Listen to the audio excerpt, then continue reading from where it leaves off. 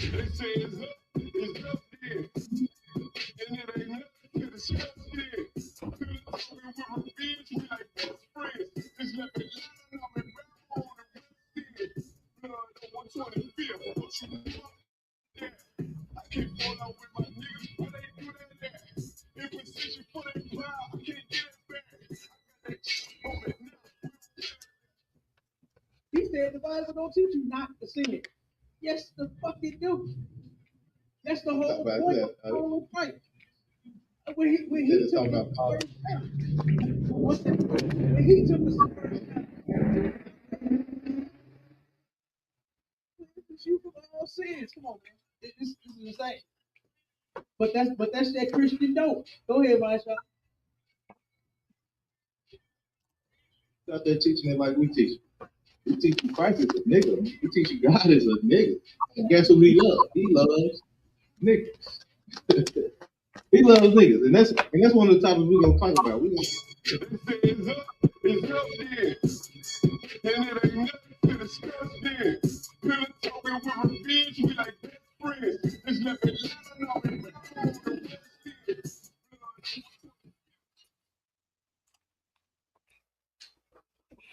All right, we back. Israel Shalom, everybody. You understand? Oh, make sure you put that in the chat. I put a salute in the link for anybody that wanna come up. And we got the phone too. So y'all already know we on every site. Hold on, let me close that one out. We on Facebook, we on YouTube, we on the Clapper, we on the Gram, we on everything. All right, we live. All right. Let's see. Yeah, let me get this one going right here. Bear with us, everybody. 1 second. Damn, I caught myself closing that thing out. Let me see.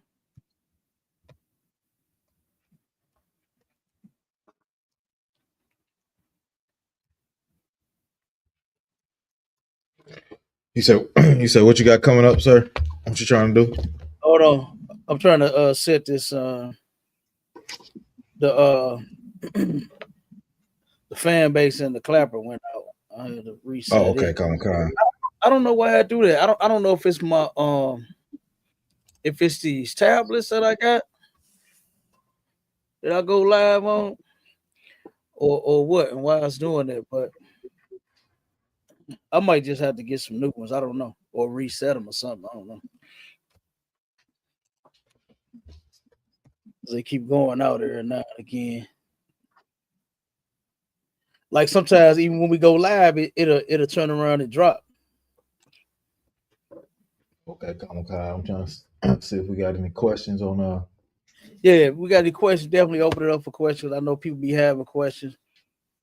All questions are welcome.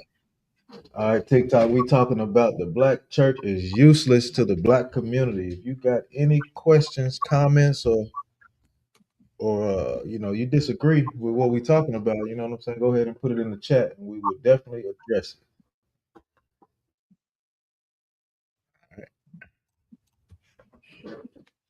Yeah, I'm gonna put that link in there too. All right, I'm working on all that now. Put the it ain't the fan base. I ain't gonna worry about it. It ain't responding. So let me drop that in the chat. Boom. Boom.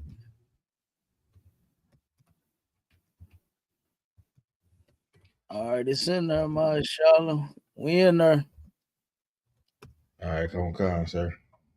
All right. Let's get it. Let me play these couple of videos because I'm gonna go back a little bit, right? I'm gonna first take us back to like the Cotton Club era, you know what I'm saying? To when our people had bands and they had whole little shows and little acts and things they was putting on, right? And this was just simply entertainment, right? Because black people are like the baddest. What's your title? That new topic you want to run out? what's the new one? Oh, That we got? Out of the earth. Say it again. You We going give the in? earth flavor. That's what I was thinking about. I was saying we are the salt of the earth. We give the earth flavor. Damn right. That's hey Shalom, Mike. We got all the Shalom. in the building. Hey, Shalom, Adawanyam. Yahweh Ba'Ashem, Yahweh Shabbat. How y'all doing this afternoon? We good to go out. We good to go. Want to go in on the Christian church. In and show our people just how useless the black church is in the black community. They serve us absolutely no purpose, man. You're absolutely Khan. You're absolutely right, sir. They are a waste of time. But so what I was saying was we're gonna go back to the different performances that our people used to do, right? And this was just simply entertainment because they talented, because they sing and they know how to play pianos and drums and guitars and you know what I'm saying, they know how to jam, right? That's a fact. Let me play the first one real quick, and I'm gonna show you something, and we're gonna tie it into Christianity. Y'all, I'm pretty sure people wondering like how is this gonna tie into the Christian church, but you will see in 1 second. All right, let me pull this up. You will look, the word entertainment should click. A light bulb should go off in your head already when I said entertainment. Okay. Right. I said entertainment. It should have been going off, bells ringing, lights bulbing, and they're like church. Yeah, I think when I think of church, I think of entertainment. Absolutely. Okay. That's what they should be saying. So let's play this real quick. It's back in this is in the 1940s. Right.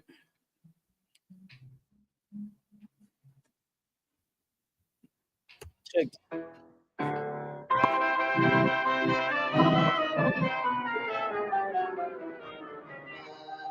This is Fats Waller and Adam Brown. That ain't right.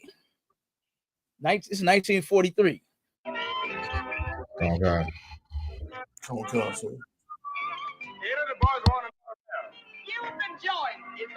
Hey, I don't like how that nigga just switched in. Hey, I don't like how he just switched in there. What is the matter with you? Ain't nothing wrong with me, babes. Nothing at all. Baby, what is the matter with you? One never knows, do one? You got the world in a jar. Yeah, but where's the stopper? And you got nothing to do. You hear that mess? She's always laying it on me. You know I always told you you'd be the death of me. And when I'm always with you, I get the third degree. That ain't right. I'll tell these fools anything but tell me the truth. Oh, that ain't right at all. What's wrong with it? What's wrong with it? Yes, you're taking all my money and going out having yourself a ball. Baby, I was born balling, and I'm gonna ball the rest of my life. Hey, he said he gonna ball till he fall. You heard my show? Hey, you can really tell that we really sir. We really haven't changed. You know what I'm saying? We just kind of switched it up a little bit. Change the words a little bit, but we still the same doggone people. All right. Yeah. Oh, let's finish playing. That you taking all my money and going out having yourself a ball. Oh, beef to me, mama, beef to me. I don't like pork no how. Hey, she said you taking all my money and having a ball. That sounds like tax season, ain't it, Marshall? Yeah, man, all right, so you know how they go. Hey, them brothers be getting them sisters for them taxes, boy. Hey man, I thought that stop. Nah, that's a whole scam right there. That getting them sisters for that tax money, boy. You hear me? You hear me? He said, "Baby, I'm born to ball. I'm ball till I die. You don't want ball till I fall. When you get your taxes, how much you get back? Right. Suffer excess baggage. Suffer.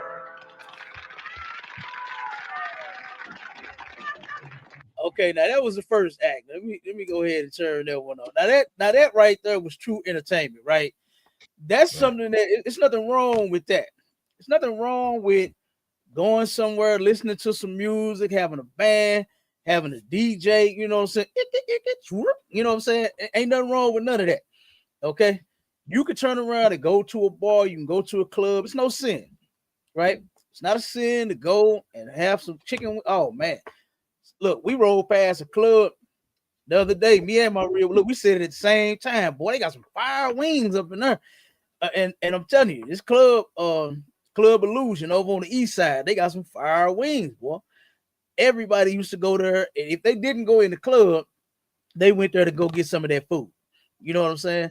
So, but it's nothing wrong to go there, nothing wrong to listen to the music, nothing wrong to dance, have a ball, right? It's nothing wrong with what we just saw. Our people been doing that for a long time, right? But now let's switch it up and show you what the church has been doing ever since the black church has been churching. All right. And then once we get through these few videos, we're gonna run into the documentary. Hey, so like what could, sir? Come on with it.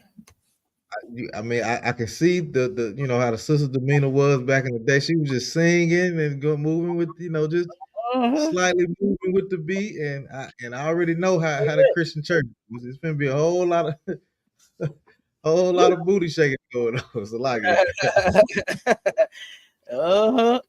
Look, I got a whole bunch of I looked up a bunch of videos yesterday. I ain't gonna play that many though. You know what I'm saying? Go. Play that many. But hold on, let's play this one though. Let's play this. All right. Now, this is the Soul Stirrers, right? This is the path. Let me see. This is a gospel choir, right? The Soul Stirrers. Check them out. This is the Soul Stirrers, lead vocal Jimmy Outlaw and Paul Foster. I'm a soldier. Boy, I don't look at no Christian as no goddamn soldier, man. You know what I'm saying? In soft ass suits, in shouting and speaking in a lying tongue and catching the Holy Ghost and doing that two-step. I don't see soldier at all. You understand? But let's play this. Now watch it. Now this is in the 1950s right here.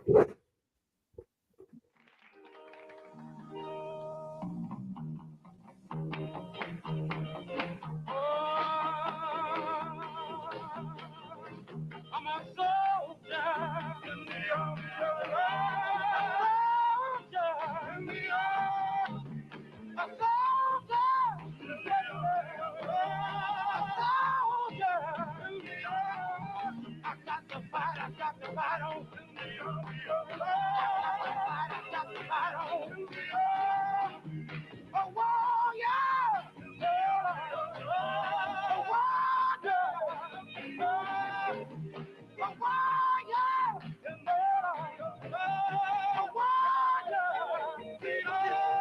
Well, now one of these moments, it won't be long. You're gonna look for me, and I'll be gone. I'm going on the floor, jumping and shouting.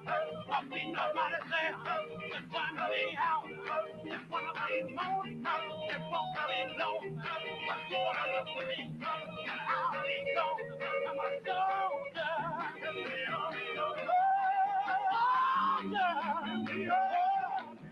A soldier in the army of the soldier in the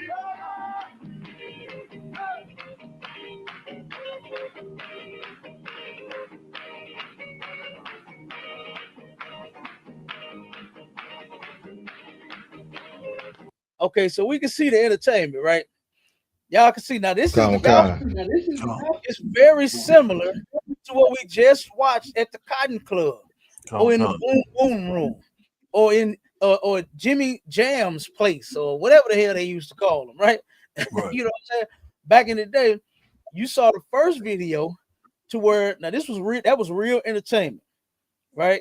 And there was nothing wrong with going to a club, hearing some music, singing and dancing, you know what I'm saying, getting it in, having a little food, having a little drink, you know, nothing wrong with that, no sin in that.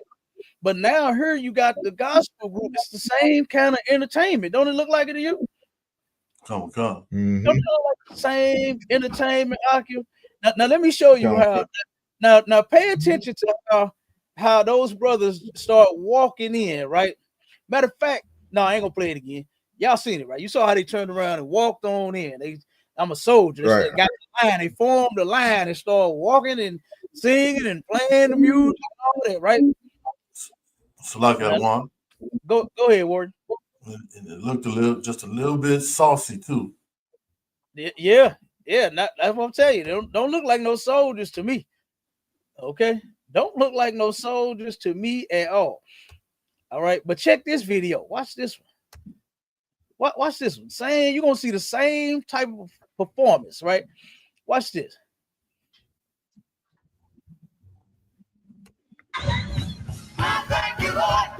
Let me pause. You see that? You see how they got the line formed? They doing the same old thing, man. They got the same garbage going on since way back then. I don't understand how our people think that entertainment is what God is most concerned about. They really think God is sitting up in heaven waiting on their church to start and waiting for the choir to walk out and start. They really think God is sitting up there stomping that big old gigantic foot on that footstool of his while he's sitting on that throne in heaven, stomping his feet and clapping his hands, and he's like really like entertained with our people. When the number one thing that God is most concerned with is not the type of talent that you have, because guess what? He gave you the talent. You understand? By him choosing us to be his special people, we got the talent, all of them. It ain't nothing that you can't put in front of us that we can't conquer. You understand? It don't matter what it is. And that's because God chose us to be his people. But for the life of me, I just don't get where they think that this right here, God is really wanting to see and hear this. So Akim, hey, mute up real quick while you brothers not speaking, because I'm hearing the echo again. So both brothers mute up until it's time, you know, till y'all ready to cut in or whatever. Or if y'all got something to say, yeah, the what? Most High Christ, the what? All right. So now you saw how the soul stirrers, right, turned around and started marching in. I'm a soldier, right? And then look at this cat right here. Okay, look at this group. Praise the Lord. I praise the Lord. Cause you've been so good to me. Cause you've been so good to me. And I thank you, Lord. I thank you, Lord. And I praise the Lord. I praise you, Lord. Cause you set my soul free. Cause you set, let's go to church now. Well, you've been a doctor in the sick room. Doctor in the sick room. Doctor in the sick room. Doctor in the sick room. Yeah, doctor in the sick room. Yeah, doctor in the sick room. Though he's slain in the sick room, yet will I trust him in the sick room. I am a living testimony in the sick room. I should have been dead and gone, but the Lord, he let me live on. In the sick room. He let me live on, y'all. In the sick room. Are you there, the doctor? In the sick room. Are you there, the doctor? In the sick room. Mighty good doctor. In the sick room. Mighty good doctor. In the sick room. Mighty good doctor. In the sick room. Doctor in the sick room. Yeah, doctor in the sick room. Yeah, doctor in the sick room. I thank you, Lord. Look at that big sissy bopping, bouncing. Cap, if I could, Cap. Go ahead. Are they saying in the sick room? Huh? Are they saying in the sick room? I think that is what they said. Because they saying doctor, the doctor. Yeah, I need a doctor in the sick room. Oh my God. You see the nigga say, doctor. Doctor. Nigga, you better go get some health insurance. You know what I'm saying? You better go get AARP. you know, you better go get some goddamn help. You better call Marketplace. You better get some insurance, nigga. Talking about you sick. And then did you see how the dude with the red hair was so interested in getting behind the man to hold on to him? Batman his tambourine. Did y'all peep that? Concept. Man, that Christian church is the sick room. Oh Right, man, it's right. my Charlotte, it's definitely the sick room. Look at this sissy bopping in it, bopping in it. Come on, man. You mean tell me God want his men that he created bopping? You know what I'm saying? This is how you claim that you praise and worship him? By bopping your ass across the stage, putting your hand all on your hip, and then this other man putting his hand all on your back. You know what I mean? And holding on to you while you perform. Like, come on, man. Instead, he's screaming, yeah, doctor. Like, come on, man. We gotta stop believing that Christianity is the solution. We gotta stop believing that God is well pleased with all of your entertainment that you bring, because he's not. He's not entertained at all. I challenge you Christians, whichever you are, to show me, right? Show me where God is entertained with all of this foolishness. Show me where the Most High is. You know what? Hey, they on tune. The beat is nice. I like the guitars. I'm loving the two-step. They're killing the two-step. Show me where God, right, is entertained by this and loves to see this type of action. To where he likes, one second word, to where he likes to see his men acting like sissies. Show me that. Go ahead, Warren. Come on, sir. I got a precept if I could, sir. Come on. Come on, sir. The book of 1 Corinthians, chapter 14 and verse 40. Let all things be done decently and in order. Mm-hmm. Him jumping around like that out of wine, it was Damn clear right. that he's a homosexual. Damn right. Nothing about that is decent and in orderly. In order. Damn right. None of that. None of that. You can have all the entertainment that you want at the Cotton Club or at the Boom Boom Room. Go there to be entertained, man. Go there to sing and dance. Even when you go there, don't dance like a sissy, but go there and sing and dance if that's what you want to do, right? But the house of God, right? What they call the Christian church. The church is supposed to be for praise and worship. And praise and worship is not singing and dancing. I just don't understand it. They really turned the words in the Bible into their whole religion. This praise his name thing mean, oh, thank you, Jesus. Oh, hallelujah. Oh, oh, Father. Oh, Jesus. They really think that that's praising his name. When it's not. They really think worshiping him is been so good, been so good, been so good, been so good. They really think that that's worshiping the Lord, man. When it has absolutely nothing to do with it. Now check this video out.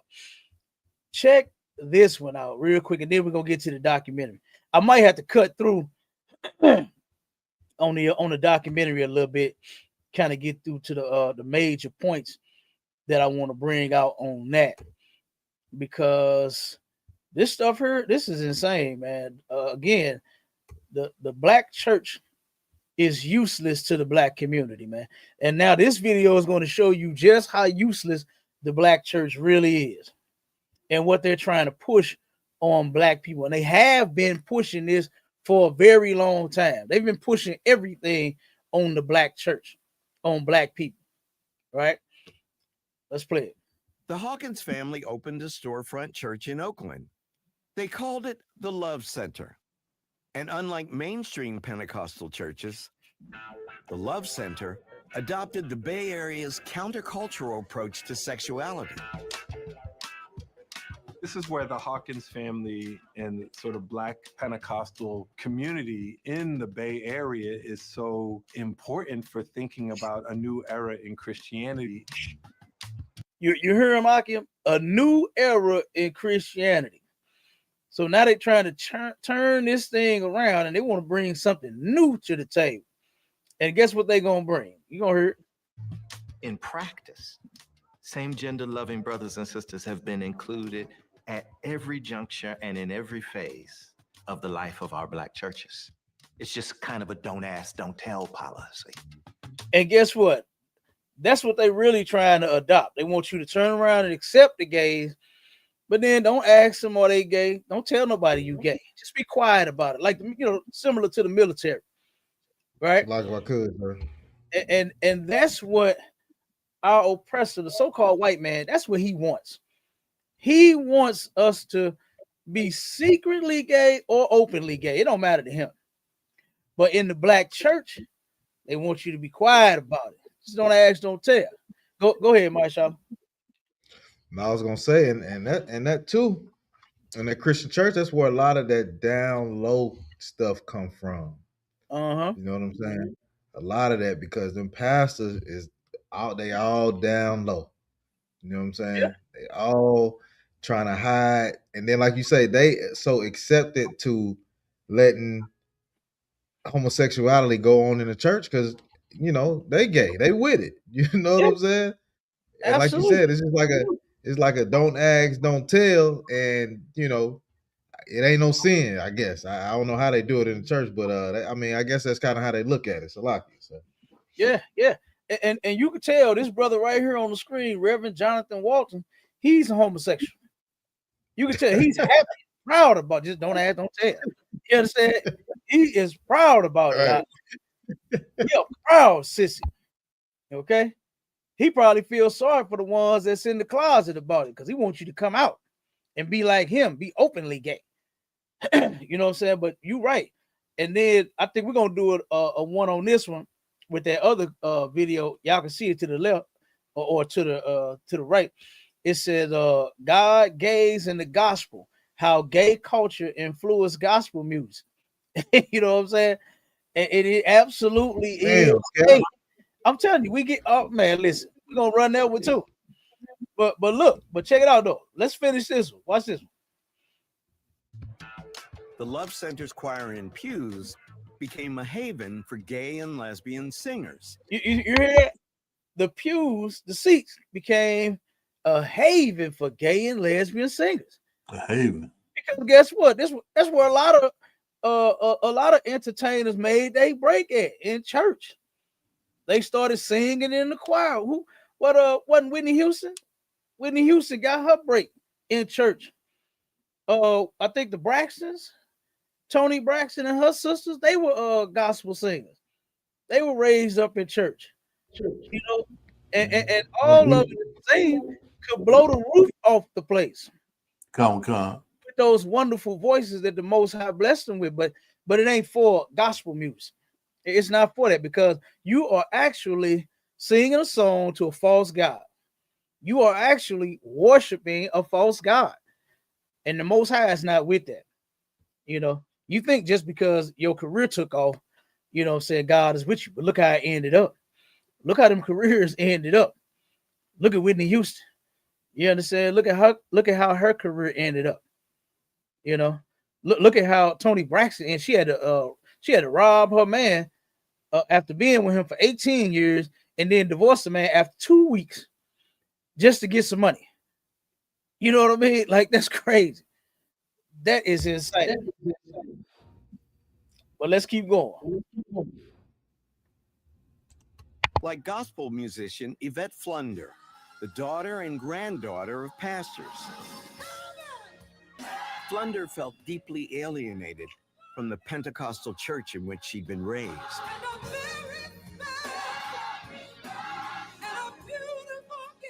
I came from the church that was just don't. You just don't. But you left the church for a time. Would you mind telling me about that? I never had to leave church to be a same-gender loving woman. What made me an exile was because I decided to tell the truth. What truth did she tell? That she was what they call it now, same gender loving? I guess she don't want to say lesbian.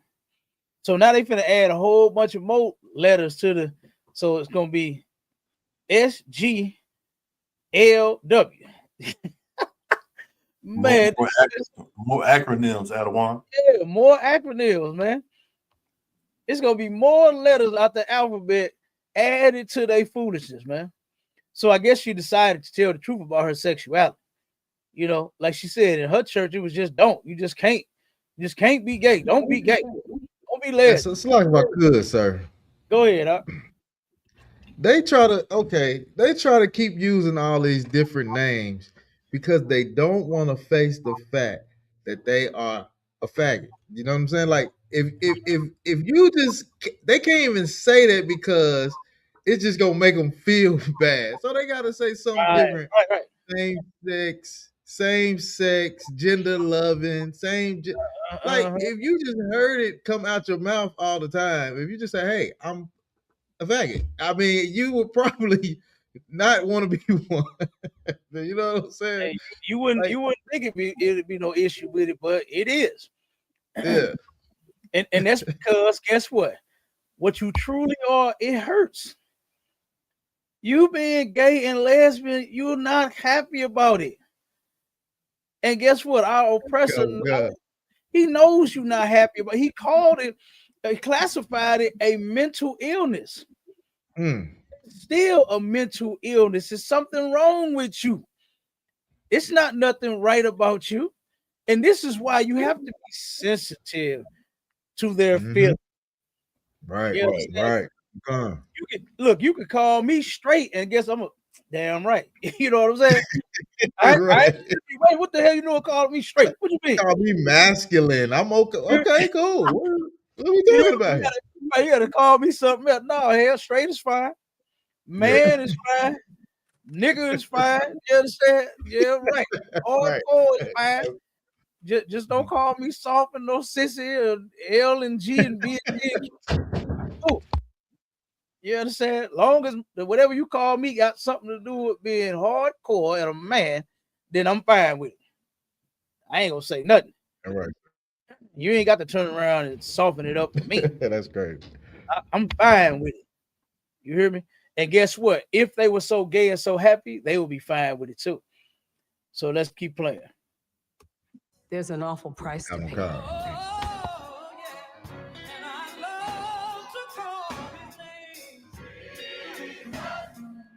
There are people who are very afraid. They're afraid to lose their churches. They're afraid to lose their positions. And so they remain deeply closeted.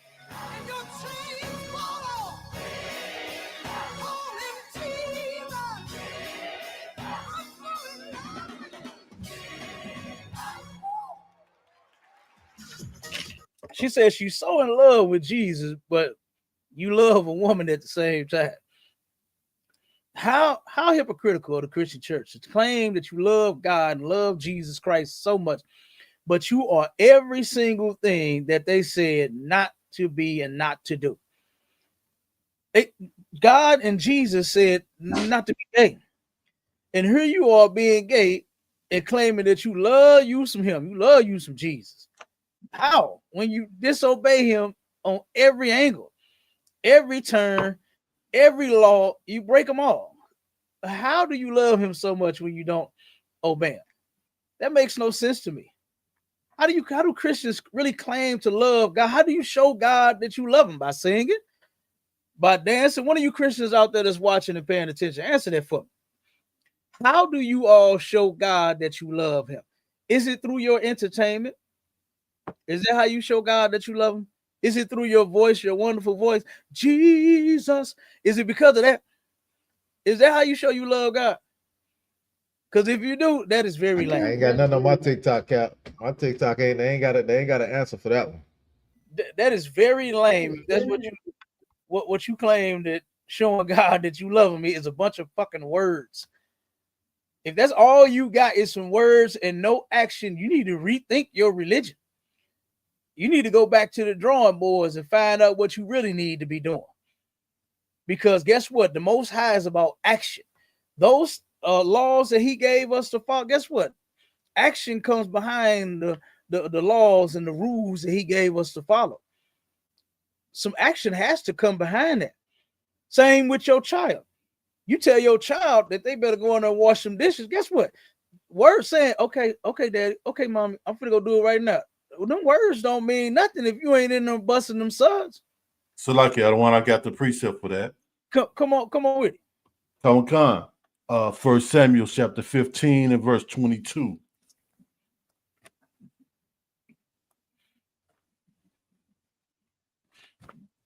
One second, I don't want. Ain't no sweat. 1 Samuel chapter 15. Okay, here we go. And verse 22.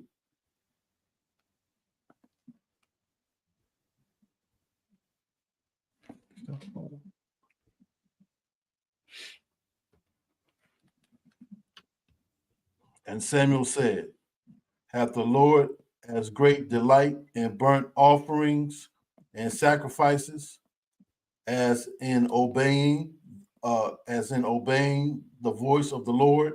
Behold, to obey is better than sacrifice. Damn right. That was the perfect precept right there. The Lord wants you to obey him versus you sinning and having to give an offering to make a sacrifice. Now, a damn animal has to lose its life simply because you couldn't control yourself. Well, we could have turned around and ate that lamb. You understand? we could turn around and be there fried that goddamn lamb, boy. Could have been baked, that one seasoned them up, and we could have ate that. But because you can't control, because you want to be gay and lesbian, like that woman said, I came out and told the truth. I'm same gender loving woman because she told the truth. Because you same gender loving, because you are a Jesus freak, because guess what? That's not Christ that you actually serving in the church. That's a white man by the name of Caesar Borgia. You got to look it up. That's who the God of their church is. They picked the best representative for their church, right? For that religion. And guess what? It's definitely a white man. Because that's who gave us that filth. This garbage ass way that we claim of serving the Lord now by going to church, singing and dancing, wearing your best suits, your best dresses and all of that, that come from white people to make you better slaves. That's why he gave it to us. That's why in Christianity, in slavery, they used to let us come to their churches. We just had to sit all the way in the back or outside some damn where you couldn't worship and praise next to them. You wasn't sitting right next to them, but you did hear their message. And every time their message was to slaves, obey your slave master. And they turned around and gave you this religion so that you would run to it instead of running away from them. So now all you hope for is just Jesus to bless me. Lord God, just love me. You do all of that nonsense, and guess what? God is not with you at all because the Most High God is not in those churches. Christ is not with those churches. Just because you got a decent job, you went to school, got some credits, got the hours, you qualified for it. It's not magic. It's not a mystery. You understand? To where you just sitting here praying, oh Lord, let me get this job. No, you went to college. Or you work at one place and then another place is hiring and you filled out the application and submitted a resume. You went on Indeed.com. It's not a mystery. Because there's a lot of things that people are praying for that is not happening. Way more important than you and your goddamn job. How about all of the children that get molested in the Christian church? How about that? To where they're praying that this animal don't hurt them anymore. Why doesn't God answer? Why don't he stop it? It's because you won't stop with your religion. You won't stop with your religion. So there's a lot of things that a lot of people are praying to God for, and they're never receiving an answer. Why? Because you're teaching them to serve a false God. You got them praying to Jesus every night in their damn prayer that they, all that come from white people, man. All of that come from white people. Now I lay me down to sleep. I pray the Lord my soul to keep. And if I die before I wake, I pray the Lord my soul to take. Christianity. And that is useless for the black community. That's useless for the black community. All of that, Father, forgive me for all of my sins and transgressions and all of that is Christianity. And it don't work for the black community. It's never gonna work. Come. It's never gonna work. So let me play this next part. Since I just said that, I kind of jumped ahead a little bit, but we finna go on child molestation in the black Christian church. Listen to this. And real quick, Halak, pull that in the should be at the end of the videos. I want you to read that part about this brother Sylvester, the queen of disco. Right? I want you to read that part after we play this part of this video. But what if in your quest would find a novel way to be expressed in sacred churchy vocals fused with secular club rhythms to form disco's gay anthems? The genre's divas, like Sylvester, the queen of disco, had all been raised in the church.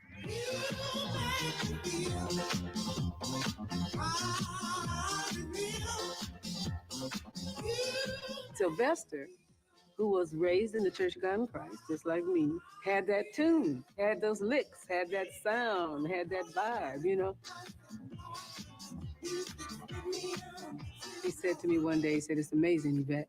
He said that the same people that turned me out, turned me out. That right there was heavy. He told this woman, and I'm sure that the same thing happened to her because they was talking about what happened in their past. This brother here, and I'm gonna have you read that out. But this cat that you just saw prancing around the stage, like they said, they taking their vocals that they're getting from the church they was using in the church, and now they was using it towards the disco, right? But as you know, the church then is welcoming everybody into the church. The singing and dancing, they welcome that, right? So you can praise and do all of that nonsense in the church. But this man said, the same people that turn me out. And you could tell the look on her face, she got turned out in church too. She got turned out by somebody that had that Christian cross. As you can see in the background, they had that Christian cross in their house. They had a chain with a cross around their neck. You can tell that this woman experienced the same exact thing that this brother told her. Now go ahead and read that part out.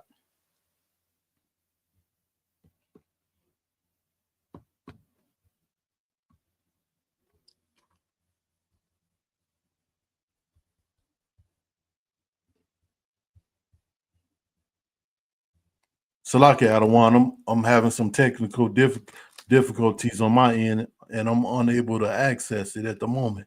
Okay, don't sweat. I'll read it real quick. Throw out a word. This is about Sylvester, the queen of disco, right?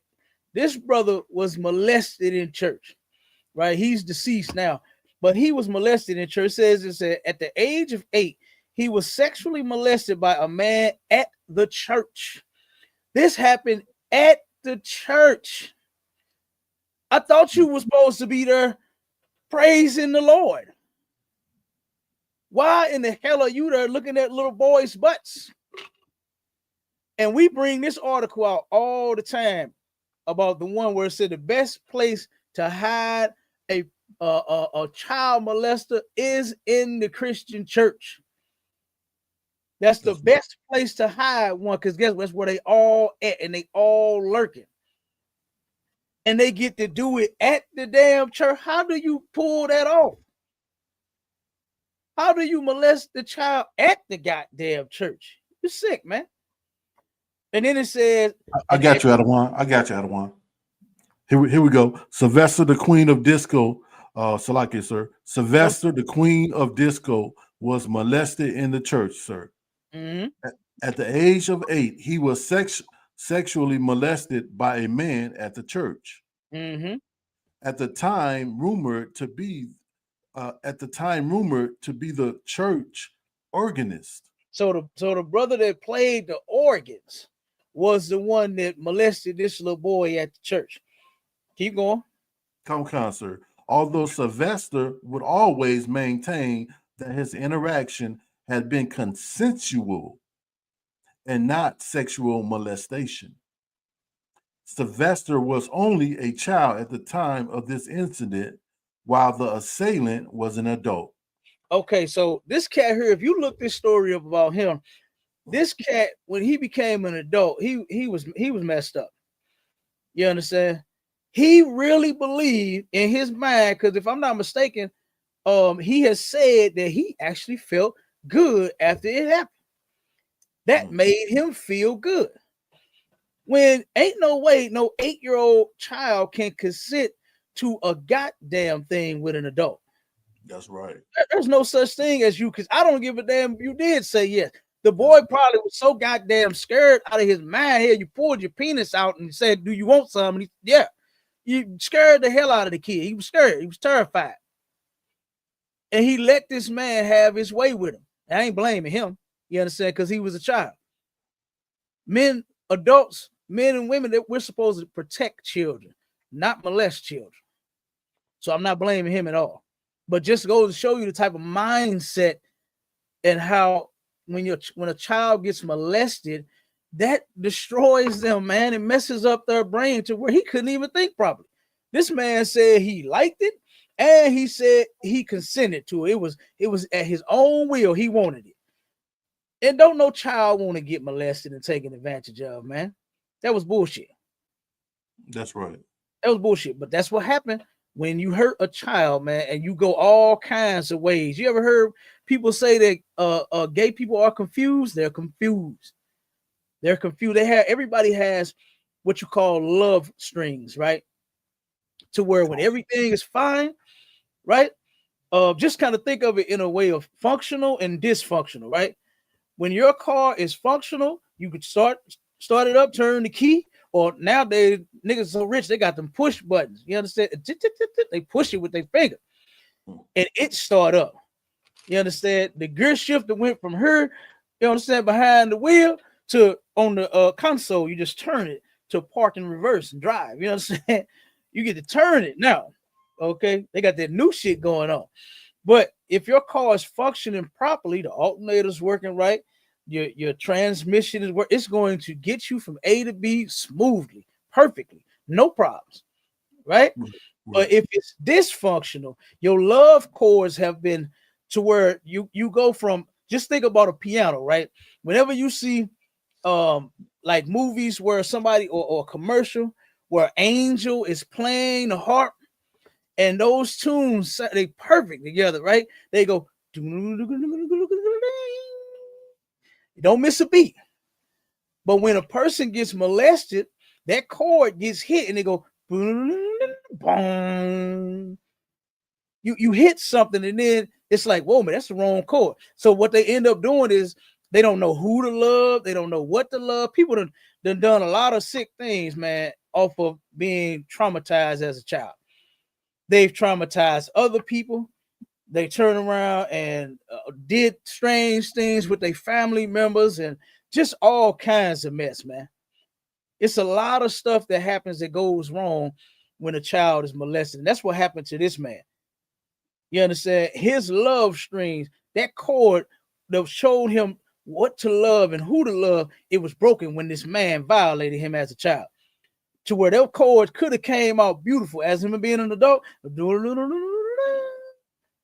to where he was 8 years old at the church and turned around and went bam, and from there that went his whole life. And now he's in the church singing a song, "You Make Me Feel So Very Real." He's singing a song about him being gay. The black church is useless to the black community, man. This brother got assaulted, got molested at the church by the person who played the organ, by somebody who supposedly loved Jesus, right? By somebody who claimed to worship God. Right. When those Christians in those churches are everything short of a sexual deviance, man. They are sexual deviants. And they will, and I'm telling you, you better not take your children there. Hide your kids and hide your wife. Matter of fact, hide yourself. Because they coming for you too. Because we did a show to where this cat called himself he was Jesus, right? I forgot what the man's name was, but he said he was Jesus himself. Everybody really thought that this man was Jesus. I just don't understand how stupid black people are. They're so smart and so intelligent, but you just stupid as fuck at the same time. I do not understand you. The Bible clearly says if somebody says that I am here or there, don't go, because that's not me. And I'm paraphrasing. And then you believe that this man is Jesus on earth. You really believe that the Pope was Jesus? You know, the Pope is Jesus, just reincarnated. Every Pope is Jesus reincarnated. And they really believe that. Well, I think they switched it now. They don't believe that no more. They changed it. I forgot what it is now, but it's something different now. But they used to believe at one point that the Pope was Jesus Christ himself in the flesh. I thought Salaki out of one. I think now they say that the Pope is his main representative on earth. Mm-hmm. There you go. Water word. Yeah, but it went from him being Christ to now he's the main representative next to Christ. God. Crazy. It's crazy. So, but like I said, the black church is useless to black people, especially to this brother and this sister, to where instead of her following the rules of their church being raised properly, you understand, well, not of the church, but of the Bible, to where you're not supposed to be gay and lesbian. She turned around and said, you know what? I told the truth. That's why I left. That's why they made me leave. So this cat told her, the same people that turned me out. And he wasn't saying that in a good way. The man molested her. That's how you know he was messed up in his mind. Because why make a statement like that if you comfortable with it? Why say somebody turned you out if you consented to it? That's because he didn't. He didn't. He's embarrassed about it. And that was just his way to try to hide the fact that he's gay now. I accept it. I wanted it. He ain't molest me. I told him, come on. That's what he said. He said he consented to the sex. And there's no way a child can consent to a goddamn thing with an adult. Right. That's right. disgusting, man. But that's the Black Christian Church for you. Let's finish this up and let's move on to the documentary. I'll never forget it. But she said she'll never forget it. That shit, she'll never forget that man's words to her. Why? Because it's sinking in on her, because the same thing happened to her.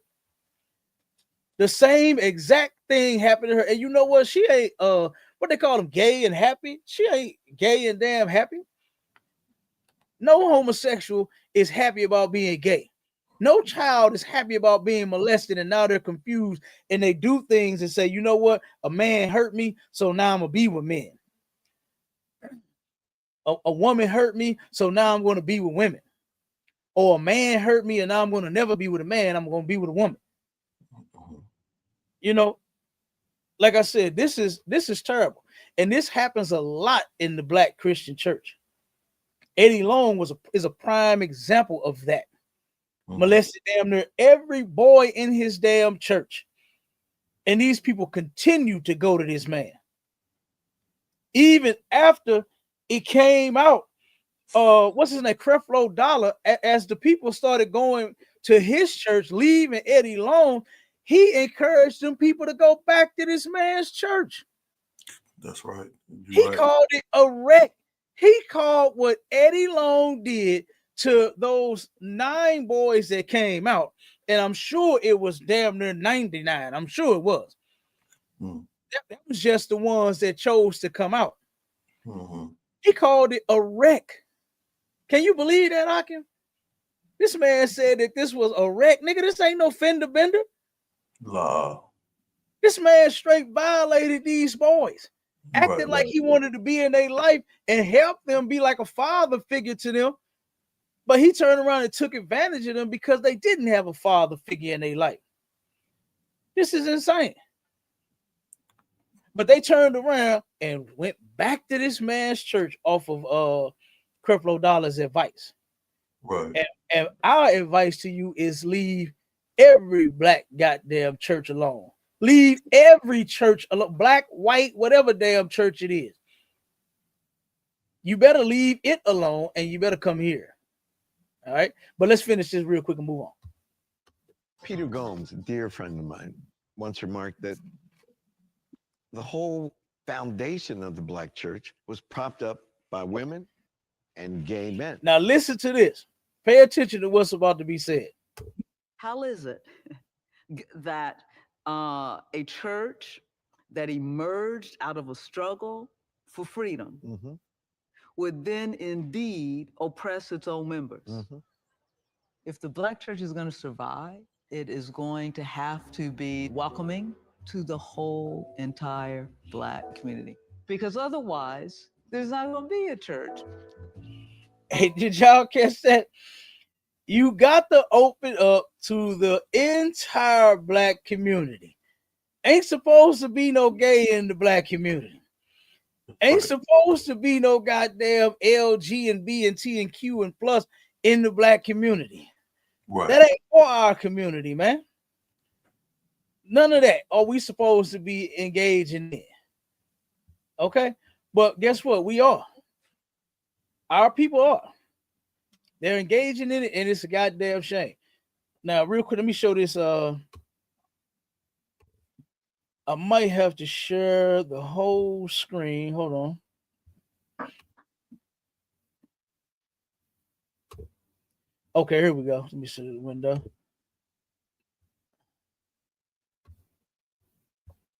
All right, this documentary right here, Almighty Debt.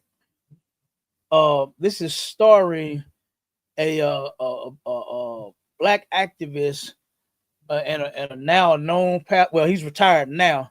He just retired. I want to say either a year or two ago. Dr. Reverend Forrest Buster Soares. I think that's what his name is. And this cat right here is claiming that debt is the new slavery, right? And let's play this. Let me see. Let me get this going 1 second. It's been masqueraded. It's been repackaged, huh, Adawan? Yes, you're gonna hear it. Absolutely, he's gonna say it. He's gonna say it. I want you to hear it. Hold on.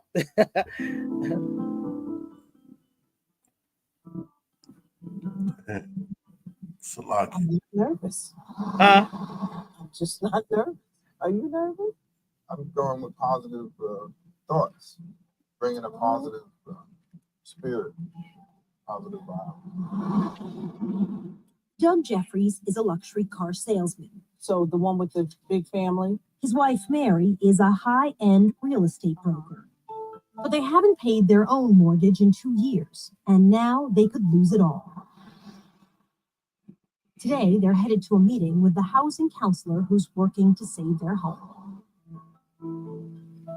So real quick, what's happening here, this whole documentary is about the Black church, the struggle of Black people in the Black community, and then the Black church, and whether they are of some assistance or not, right? So this is starting off with this family here, this couple here, and this is down in Atlanta, right? And this wait a minute, no, I'm sorry. Is this Atlanta? I gotta check back with my dollar because it's a part in here that they showed. No, I don't think they in Atlanta, but it's a part in here that they did show about the Black community that was Atlanta. But okay. This family here, they done went to the pastor for help to see if they can help save their home. And they got a beautiful home, a bunch of land. Oh my God. I love it. But they're about to lose it. Back then, I think this came out in 2000, I think 10 or somewhere around there, right? Mm-hmm. And back then, the economy it fell, it collapsed, right? And people started losing jobs and things. You understand? Things got really tough for several people. It's a young college student. It's another couple, right, that they're featuring, where his brother had lost his job. His wife's still working, but he is not, you know. And it's just a lot of different things that you know what I'm saying, that the members of his church was going through. And then it's gonna show you how he has what he called DF, debt free. He got a program that he designed, right, in his church to get black people free from debt. Right? It's a lot. Just like I said, we roll with it. Like I said, I'm gonna try to get the key points because we might not be able to play the whole thing, but let's go. Come. Again, October 12th, 2002. It was rainy. Oh no. Cold, Oh no. just the messiest day. That's terrible. But it was sunshine in our hearts. They lived in a 3,500 square foot, 4-bedroom home on a corner lot, complete with a 3-car garage for their BMWs. This is the living room. I'm a girl from Newark, New Jersey. Grew up in a 1-bedroom apartment, and it was 4 girls and 1 boy. So I would always say, oh, I can't wait until I get grown. I'm going to buy the biggest house. I'm going to do this. They did it. Look at that. Look at all that land, boy. And then the economy tanked, taking their commission-based incomes with it. Wow, we got a window in the basement already. This house has been home to some of their best memories. Coming down on Christmas Day, Maya. Holidays. Constable Jeffrey there. Parties. Oh, so beautiful. Their daughter Maya getting ready for the junior prom. Everybody get a camera. But unless the Jeffreys can make some major changes in their finances, the bank is going to take their home. And their lifestyle and everything they've built will be gone. Oh, y'all look so beautiful. I just ask God that whatever my parents are going through, that that He'll help them. And I get on my knees and pray before I go to bed. Oh my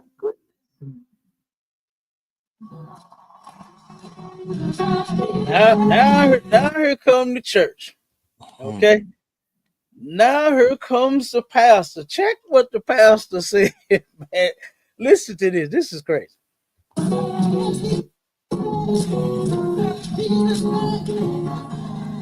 And as you can see, the singing and the dancing ain't stopped.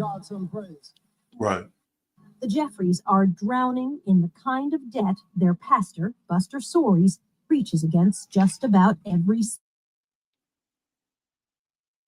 People that don't manage their money wisely are not managing our lives wisely. Soaries is the senior pastor at First Baptist Church of Lincoln Gardens in central New Jersey, and he's on a crusade.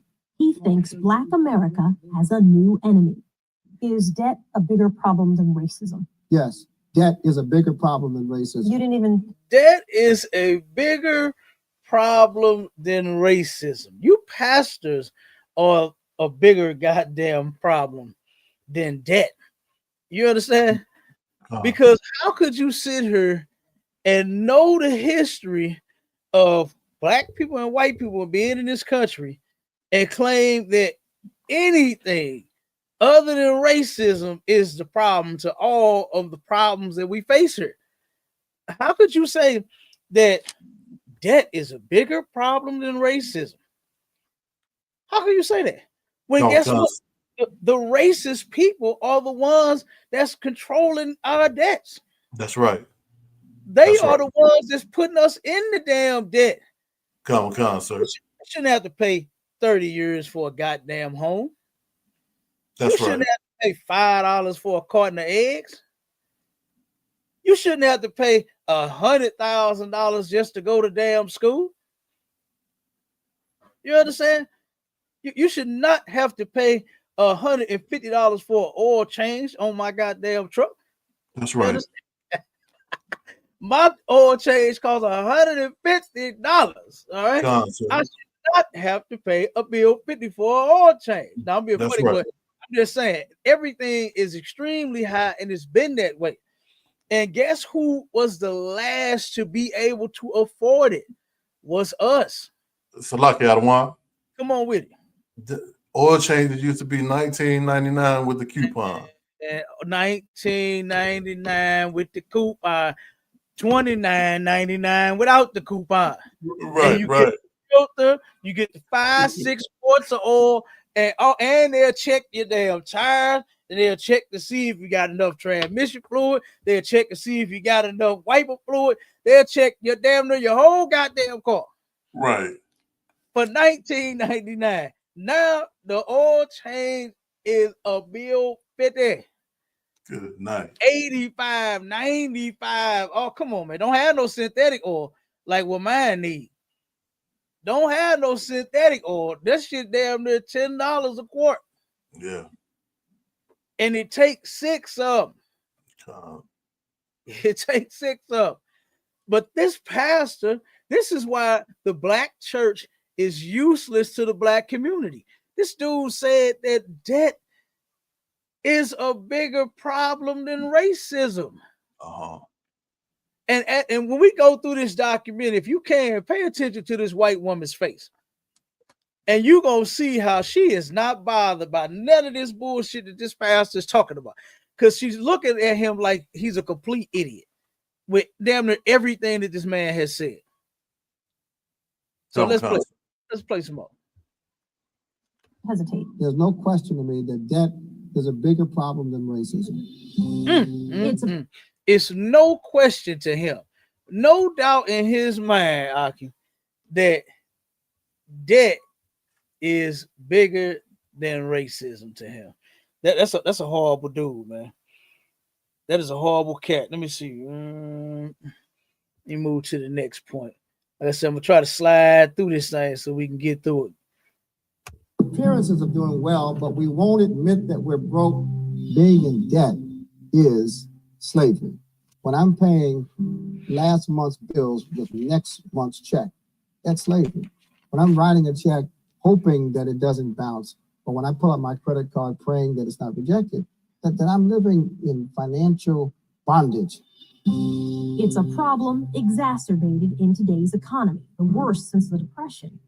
But economists say the crisis is rooted in the past. The African American community is economically more fragile because wealth is a function of generational accumulation.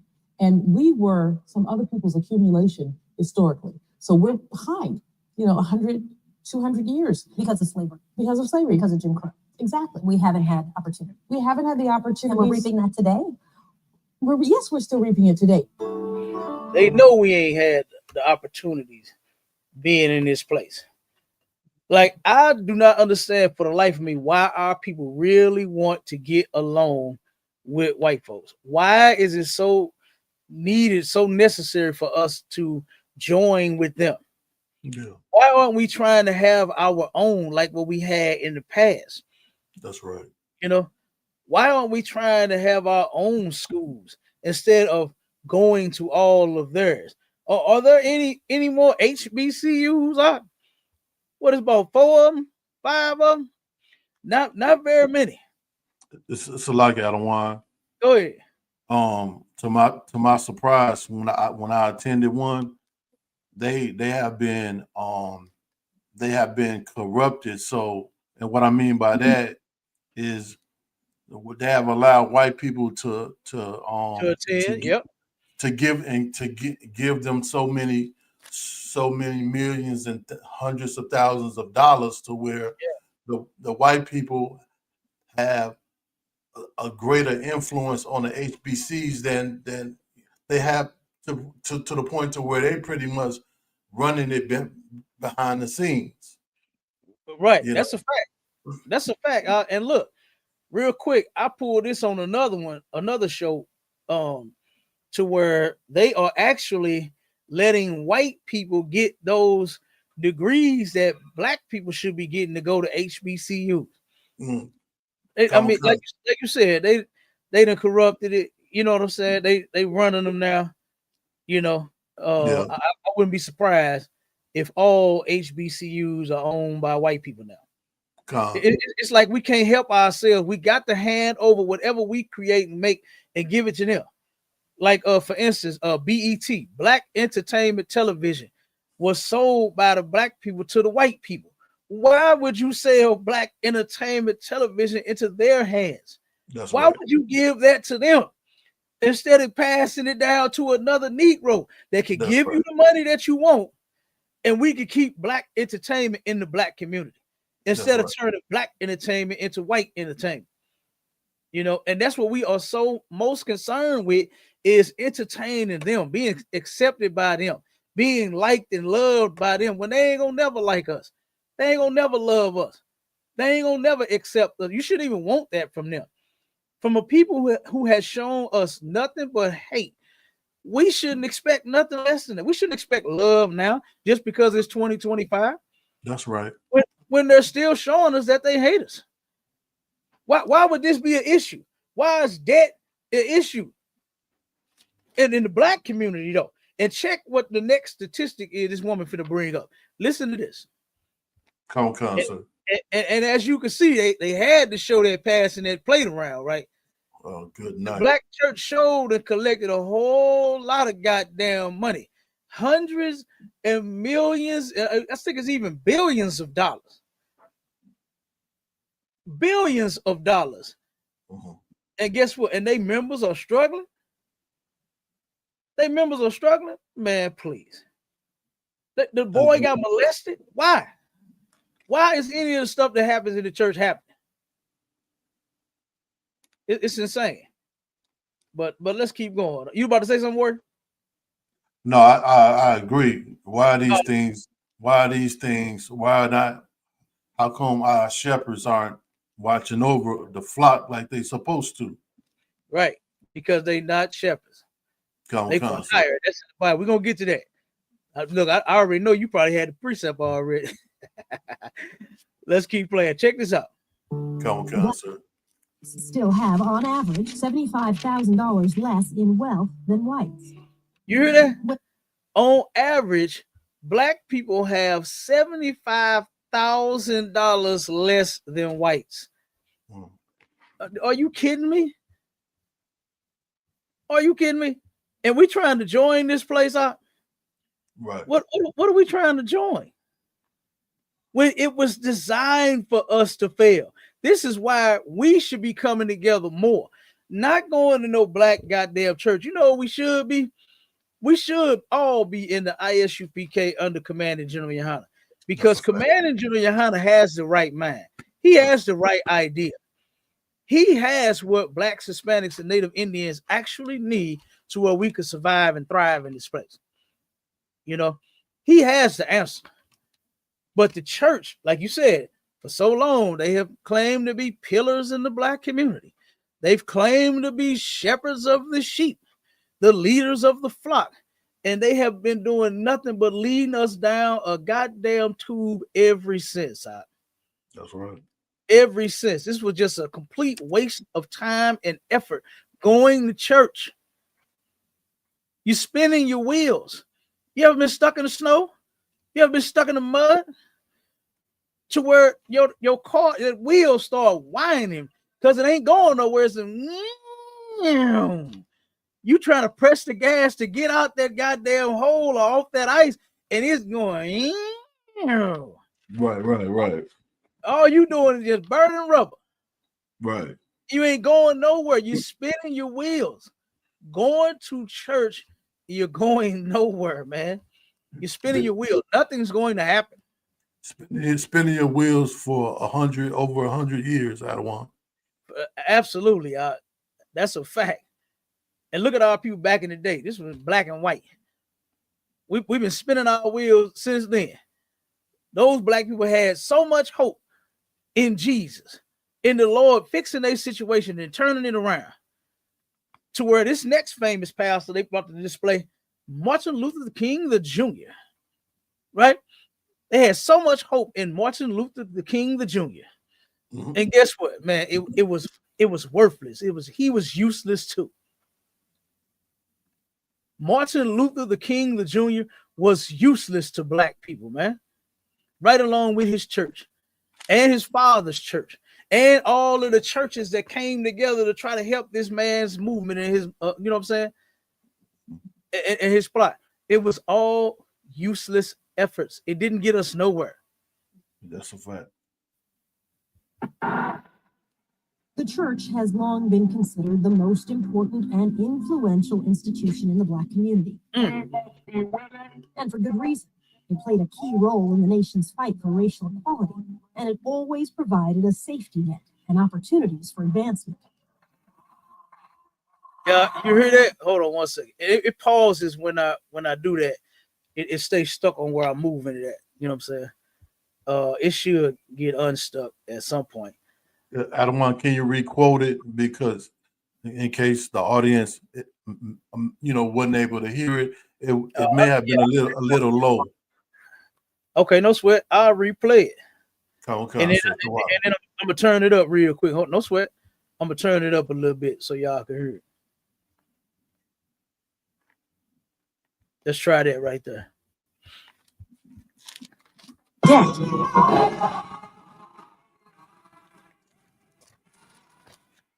The church has long been considered the most important and influential institution in the Black community.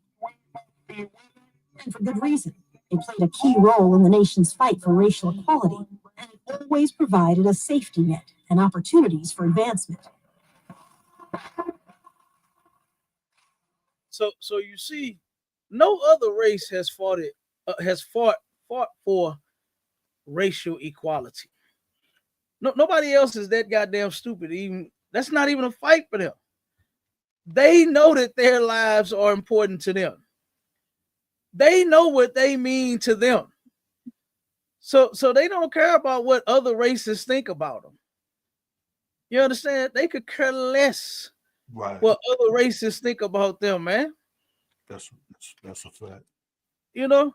So hold on. Here is You have a brother who's a drug dealer. The other kid. Your father in your life. I don't want to be poor like my mom is now. I don't want to be the drug dealer like my brother. So I look at what they do and I decide who I want to be through their choices. You have a segment of the population that's being underdeveloped. There's talent there, there's potential there, but the access, the opportunities may be lacking. So America's going to pay for it. So it's in our economic and workforce best interest to nurture the talent we have in our backyard. Wow. Okay, so real quick, and like I said, I'm gonna skip through. This little brother here is trying to go to college. What he just expressed was his father wasn't in his life. He don't want to be poor like his mama. Because his mother left them in the house. I think him and his brother were left in the house while she went to work, and they didn't have no power. So the church supposedly had or either I think this woman heard the sister that you just saw beside him, she's not with the church, but she ended up helping him. The pastor even admitted to saying that God has put different people in this young man's life to help him out, right? And the pastor was no help to this brother. You know, why wouldn't you hear this shit about a member of yours and you turn around and go turn the lights on? And you turn around, you got the power. This man got a mega church. This man marched with Martin Luther King and Jesse Jackson and did all of that, right? He was involved in all of that and got plenty of money. He got a mega church. Why didn't he reach out and help this young man? Why didn't he save the first family, that first couple, their home? Why didn't he save their home? Instead of doing all that bullshit, buy the home and then turn around and say, look, y'all can pay me. However much y'all can afford, you can pay me back for y'all house. That's right. That's right. Why he helping his members? You understand? It's crazy. But this young man got no help the same way the rest of the people on this documentary got no help. Yeah, they useless, man. They useless. Let me skip to this. And Salakia, Cap. This right here. Come on with it. I bet they've been and I bet they've been paying their tithes faithfully throughout the years. You know it. You just saw them pass the plate around. They just passed the plate around. And this is the part right here that I wanted. My Shala was supposed to go by this place and see what it looked like and show us today what this property and what that land looked like right now. He already said that the neighborhood had been ran down. right? Drug infested, you know what I'm saying? And any part of the hood where we live at, it's all run down, right? And that was their plan. That was white people's plan, was to run down neighborhoods of ours, right? They turned around and kept us out. Now check the sign. You see the sign, right? Eastern Atlanta Incorporated for rent or sale, white only. Oh, I'm sorry. White only. I gotta say the white like that. White only. And my Charlotte is familiar with that area, know exactly where that's at. And like I said, we're gonna end up breaking that part down too, showing the destruction of the neighborhood and what actually happened. Because it wasn't that black people was just dope fiends, they was on crack, they just don't know how to act, they're just uncivilized, and this is just what we do to our community and our houses and all. This is what you do when you are oppressed by another people. You understand? So let's play this part. African Americans start on home base because of institutional barriers that historically kept them from owning homes. For example, homesteading created wealth for millions of American families. They came west, they settled in land. Of course, that was the Indians' land, but they settled in that land, and for settling in that land, they got that property. And that property formed the basis of wealth that was passed down from generation to generation. African Americans were locked out of that wealth building opportunity. There were also you see that? You see the brother threw that in there. Well, the Indians' land, when they settle here, you ain't settled on somebody else's goddamn land. They invaded it. You understand? They turned around and stole what belonged to the native Indians. And what they did to our native Indian brothers and sisters was horrendous, man.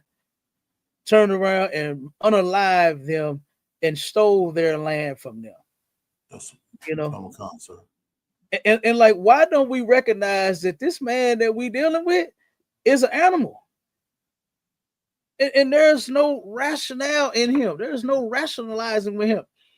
We can't go to him and ask him, like Martin Luther King, his dream was to go to our oppressor and just beg and plead and whine and cry in front of him, and he's going to see your tears and how sorry you are, how balled up in a corner like a little bitch you are, and he's going to say, you know what, maybe I'm going to stop beating him. That's what Martin Luther King said he envisioned. That's what his dream was. So while you're crying and begging and pleading, no, I am a man. I am, you know, the famous goddamn sculpture that they made with the slave, the brother down on his goddamn knee, or was he on one knee? I think on one knee and in chains, talking about, I am a man, begging these white people. Man, fuck white people. We need to be our own men and our own goddamn women, not begging to be acceptable men and women to them. Right. You know, we are God's chosen people. I don't know why we begging nobody for a goddamn thing. All we have to do is just realize that, get your head from out of the white man's ass, get your body out of the black church is the white man's church too. Get your body out of the white man's church and realize and wake up to who you actually are. And we ain't got to beg nobody for a goddamn thing. Right. I don't want that. That's how we get respect. That's how we get respect, I don't want, you know, as a people, you know, as a nation. You know, and you said something heavy, if I could, I don't want, not too long ago. Go ahead. You said we the only group of people that's out here, you know, begging for racial equality. You know, all the other groups of people and nations, they not on that. They on that racial dominance. You know, they trying to dominate. You know, why are we stressed on equality? We supposed to be trying to be superior. You know, I yield, sir. Facts. That's a fact. You ain't got to ask people, do they feel superior to black people and everybody else on the planet? The answer is going to be yes. You don't have to ask Chinese people, do they feel superior? You don't have to ask Africans, do they feel superior? Even in all of their smelliness and all of their funk and filth, they feel superior to everyone else on the planet. You don't have to ask other people that. You only have to ask the people that have been beaten down. That have been beaten down to powder, man. You understand? Black men have been beaten down to goddamn powder, and it's ridiculous. Here this brother is dressed in a nice suit, walking in this neighborhood that ain't for him. Yeah. They don't give a damn about your suit, Negro. They don't care nothing about them. What's some damn shoes they be wearing? Them Stacey Adams that you got on. Right. They don't care nothing about that. They could care less because you got a good job. That sign say white only. And Negro, that's how it's gonna stay. That's how it better be. Right here in St. Louis, right now, to this day, an article just came out a couple months ago about the white man building white only communities right here in St. Louis, in the city of St. Louis. And that's how he don't want you in his neighborhood. Yeah.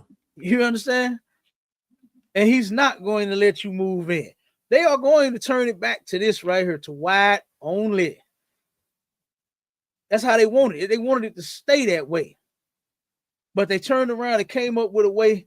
The North came up with a way to use black people, right? And make them feel like they're equal by using them and getting every dime out of them and then turning around and throwing them away. Now it's time to turn that back. It's time to turn that back. They like, nah, we ain't going for that no more. It's white only time now. All right, but let's keep going.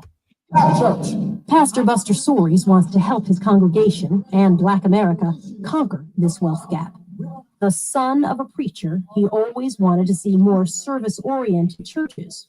The church that I attended as a child seemed to have an interest in heaven, but very little interest in earth.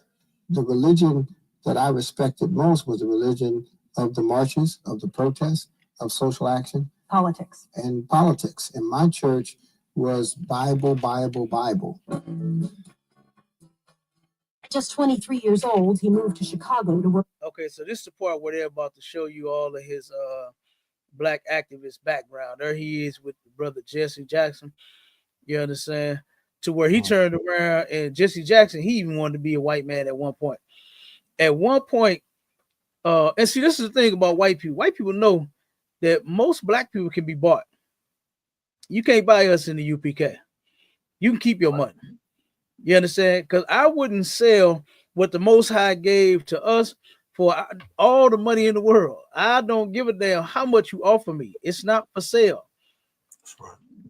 Right? And we made an oath to keep this thing rolling. And we're not going to break it in here. We're not oath breakers in here. Damn right. But Jesse Jackson, at one point, he felt like he wanted to be a white man. At first, he turned around and was against abortion, right? Because his mother had said, hey, if I'd have aborted you, you wouldn't even be here. If I'd have took everybody else's advice, because everybody else was saying the same old thing that they force on these sisters is, oh, no, don't have a baby. No, you got to worry about your education. And, you know, you're still young and you got your whole life ahead of you. Don't let a baby stop you and all that. She chose her baby over unaliving the baby. And that was the best decision that she could have ever made, was to not unalive her child. We don't need to unalive our children at all, for no reason. Right. For no reason. Give a damn what you think he gonna turn out and be. If he don't turn out to be nothing but a janitor, I'll take the janitor. Okay. If he simply works at a gas station, I'll take the nigga that work at a gas station. If he ain't got no job, you understand? That brother is still worth something. If That's he right. don't have no job at all. If that sister don't have no job at all, guess what? She's still worth something. That's my That's right. sister. That's right. You understand? And you can't convince me to get rid of my brothers and my sisters and get rid of my people for no fucking career that you ain't gonna have. You're not gonna have. Okay. So let's see. Let me see what we're gonna slide to next. All right. So let's go to, I believe this part is about his program that he has. Let me see. because he talked about his father and how his father was a minister. It all of this stuff goes back to Christianity, man. You understand? All of this stuff goes back to Christianity. Sir. I had to tell him what the deal was. Douglas kind of convinced me that he was going to ask anyway. And I said, well, okay. But I was reluctant. Was it embarrassing? Oh, yeah, quite. Quite. The Jeffries have been members of Story's church for 20 years. How hard is it going to be if you have to give this up? Members at this man's church for over 20 whole years. And you just heard that was the wife. Like I said, it keep pausing. And it's slow to pick up, slow to catch up. Turn around and they have been members for 20 years. You hear me? And cannot get no help out of this man. Like, this is insane. 20 years of paying attention. The brother had a good job. He had a good job for a long time until, guess what? That the good job of his ended. You understand? And he wasn't doing so well. Okay. I believe he was a car salesman or something like that. I forgot what it was. That's what it says, sir. Yeah. He was a car salesman. And the brother was doing extremely well to turn around and buy that fat old house. You understand? He was selling hella cars to turn around and afford that house, and that's by himself. His wife don't work. He was affording that by himself. You understand? And like I said, look, all that land it was sitting on too. And she said, "Oh, see, this is where we was gonna put the pool at back here. We was gonna have the deck right here. We was gonna do this and do that. Now all of our dreams might be taken away if we can't get some type of relief from the bank." Go ahead, Salaki, I don't want. I was gonna say, yeah, that brother was doing pretty good because that grass got to be cut, and that all that land it ain't cheap to maintain that yard every week, every 2 weeks. Hell no, it ain't. It ain't. You hear me? And guess what? He was maintaining everything. Come, sir. He was getting that grass cut. They had several cars. They had to downsize due to, you know what I'm saying, his company and his job going down, you know, but the sister said, no, they did not take advantage of this program that their pastor offered, you know, and why not? Why wouldn't they? Because guess what? Deep down inside, she didn't want to say it, but the program ain't doing no good. Ain't doing no good. They asked for the people that I might have a chance to play it, but they asked for the people that the program had been helping stand up. And I swear it was about 10 people at the church. It was about 10 people that stood up that said that the DF, the debt-free program that Dr. Reverend, whatever that man damn name is, his program wasn't working. You understand? Only 10 people stood up. He said himself, he wished that more people would take advantage of the program. Because guess who they send you right to? They send you to the white banks. That's what they send you to. Okay. They gonna show that. But let's keep going. Hard. This is in your face. What do you pay and what do you not pay? The first thing is our tithes. You pay the tithes first. Oh, yes. Always. Don't you think the church would understand? This is the second family here. This is the brother. I forgot what his wife's name is, but his name is, I think it's something Paul. What's his damn man name? Shit. I forgot his name too. But this is the brother that he gonna be doing a lot of goddamn crying through this whole documentary, boy. It's hurting this man. He once had a job for 25 years and his company laid him off. And now he had been trying to get back to work for some years. Yeah. This man had been off for years and then turned around and it's killing them. Okay, Oh. but check this out. So they asking her, like, what you do what when you get paid first? Pay them tithes. And she's asking her now, don't you think the church would understand? Listen to the white woman. Understand if you said, listen, it's not the church. God gives us 100%. We can give back 10. We teach people to tithe with 10%, save 10%, and invest 10%. And so, in effect, we're living below our means. The Fields still try to follow that model and save, but it's very difficult. Yeah, Carl Fields, that's his name. That's who this brother is, and his wife, Mrs. Fields. And I'm gonna tell y'all, he got a winner though. You understand? I believe the other brother did too. You understand? You could tell the first wife, mama, the car sales lady, you could tell she thought she was something back in the day. She was something when she was younger, man. She's a very beautiful lady, you know what I'm saying? Same as this one, you know. And this brother here, he got him a winner. And I believe I'm gonna see if it played on this part or the next one. Hold on. Every day, Carl goes to the library to search for a job. Quiet. I'm not interrupted, generally speaking. It's a full day. He fills out applications and tries to camouflage his age. Some of these online applications, you cannot complete the application without indicating your date of birth. It gives the employer an opportunity to weed you out. 59 years of age, what do they realistically think in terms of my longevity with the company at this point? He also masks his experience. Okay, so real quick, if anybody know anything about the job market, the white man plays a lot of games to keep us out of the field. You understand? To keep us out of making money.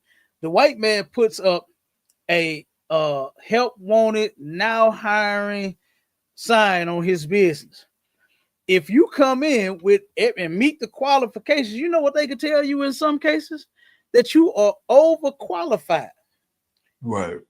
Now I thought that you would want someone that meet the qualifications. Right. Exceed. But yeah, it would seem like it. Concert. Yeah, it would seem like it because you got this now hiring help wanted sign. And here I am telling you that I have the credentials, you understand, on the paper, and the hours of experience that you wanted, and the years of experience, and here it is. I'm ready to work. And you'll tell me I'm overqualified. You know that happened to me once? That happened to me once. When being in the union, you can go on what they call loan, right? To where you could, if your company lays you off, you can go work for another one until your company get back rolling, and then you go back to your company, right? Okay. So at this point, I was gonna go on loan because now usually I was the only nigga out of 100 white people. So layoffs was very seldom for me, but it started looking. I was like, damn, just 2 or 3 weeks. You know what I'm saying? I'm like, wait a minute, I got to do something. So, but my company ended up going right back to work. You know what I'm saying? I wasn't laid off that long, right? So, but in that process, I send this other company my resume, and my resume about 4 pages long out of all of the things that I'm experienced in, all of the things that I have done, been trained in for years, got almost 20 years under my belt in this field. Turned around, gave the man was excited, right? He said, man, I had to call you soon as he said, I read the first page and had to call you and tell you hired. This is what the man is telling me. This is what he said when he called me. Yeah. Then turned around and got down to how much I was making on the other job. He said, whoa, wait a minute. Oh man, seems like you're a little overqualified here. Yeah. I said, overqualified? What you talking about? What do you mean? I said, this is what you do, right? And this is what I do, right? It match up. Am I not the one that you just said got the job? Well, see, we're paying just a little less. I was making $30 an hour, and they wasn't paying that much. They wasn't paying the 30. And I told him, I said, that's okay. Because see, I already knew it was just temporary. He knew it was just temporary. So it's not like we finna have no long lasting 25-year, you know what I'm saying, boss Relationship. and work relationship. Nah, not at Right, all. right. But he didn't even want to temporarily have me because he couldn't pay me, and he used it for an excuse and said that I was overqualified. You know, and I was like, oh well, you know what I'm saying? Shit, your loss. You know what I'm saying? So I moved on. Awesome. Okay. And then I eventually took them skills and started using it for myself. But just saying, like what the brother was saying, white folks play a lot of games. They play a lot of games, man. They turn around. If your hair is a certain way, they won't hire you. They hate our nappy ass hair. I don't give a damn how you have it. You know, a little fro. It could be a big fro, small fro, braids. You understand? To the side, to the back. You understand? It don't matter what the hell it is. They hate our goddamn hair. They hate our goddamn skin. I seen before I got out there, I was hearing all of the horror stories, right, from the older people that I hung with about how white folks was throwing their applications in the trash can. I said, what? I'm like, wait a minute, that's bullshit. You trying to get a job. Why they throwing your application? See, I didn't understand because I wasn't there yet. You understand? I'm still a kid in school. But when it was my turn, Dress for Success was out, right? And I dressed for success, brother. And I turned around. I went and filled out applications in places where I know I shouldn't have had filled out no application at. But I said, fuck that. I'm ready to be successful. You understand me? So I dressed for success. I filled out the application for success. I had copies of my some success. Right, right. And I turned around, went in this one company. I can't remember what it was, but I turned around and watched the lady. At that time, it was just the secretary or the receptionist desk was just a desk, and you could see under it, right?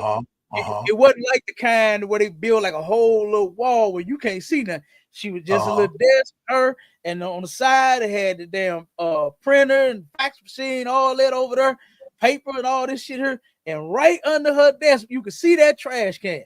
Right. And I looked back and I started to go snatch my application back from that bitch. You gonna put my shit in the trash? I almost snapped. Give me back my application. You white bitch, give me my shit back. I saw her hand over the trash can about to put my application in the trash. I saw this shit with my own two eyes. Right.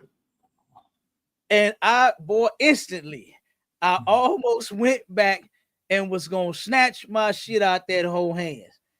But I said, you know what? I'll just keep moving. You understand? That Xerox copy, that costs 15 cents a copy out of one. Yep. But no, see, it was the principle, it was a principality. You understand? I was just joking, but I totally I feel you.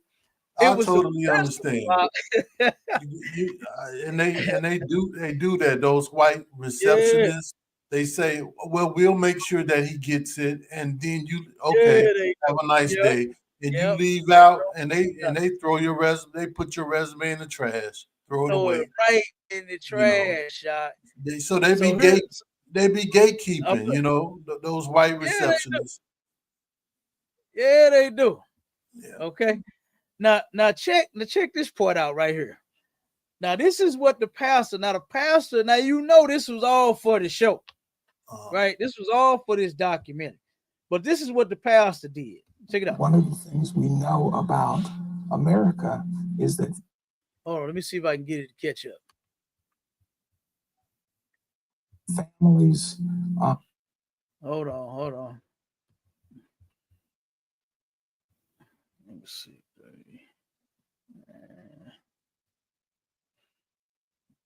See if I can get this thing to speed up a little bit, catch up. For you to keep. It's going to be a tough transition for them. And even if they do get approved, the reality of them being able to maintain it are difficult. They're going to have to not make frivolous purchases. They have downsized. Let's see if I can get it to play. I want this part to play here.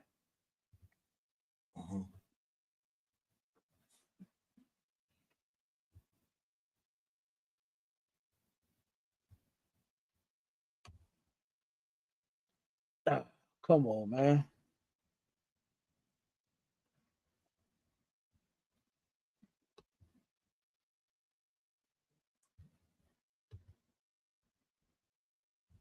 Yeah, it's tripping now. Dang.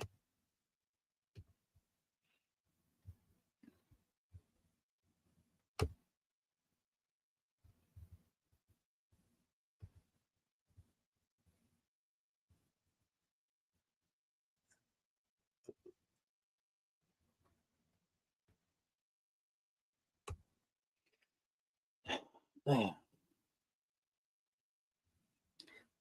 Hold on, it froze on me now. Hold on, let me close it and pull it back up. Hold on. It done jammed up on me. Let me see if I can get it back. Hold on one second. No sweat, Adawan. Yeah, the whole player done jammed up. Man. But that definitely happens, you know. Yeah. You know, those secretaries, those receptionists, they don't like your appearance. Yeah. You know, you come in and and they sense that you're that you smarter than them. You know, Fact. You know, they throw your They resume know, away. they know we smarter than them. They know it. God. They know we better than them. Hell, who built this place? You understand? Who built this whole goddamn country? We did. Okay. That's right.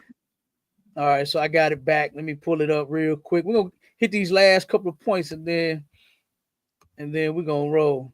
Most High in Christ. Yep. All right. So it's up again. Let's go. Bam. Skip through here to where we were at. Okay, so right here. Can your parents pay for you? They talk about the baby's college. By grace through faith. They talking about her college and stuff. So this is what the pastor is doing for them now.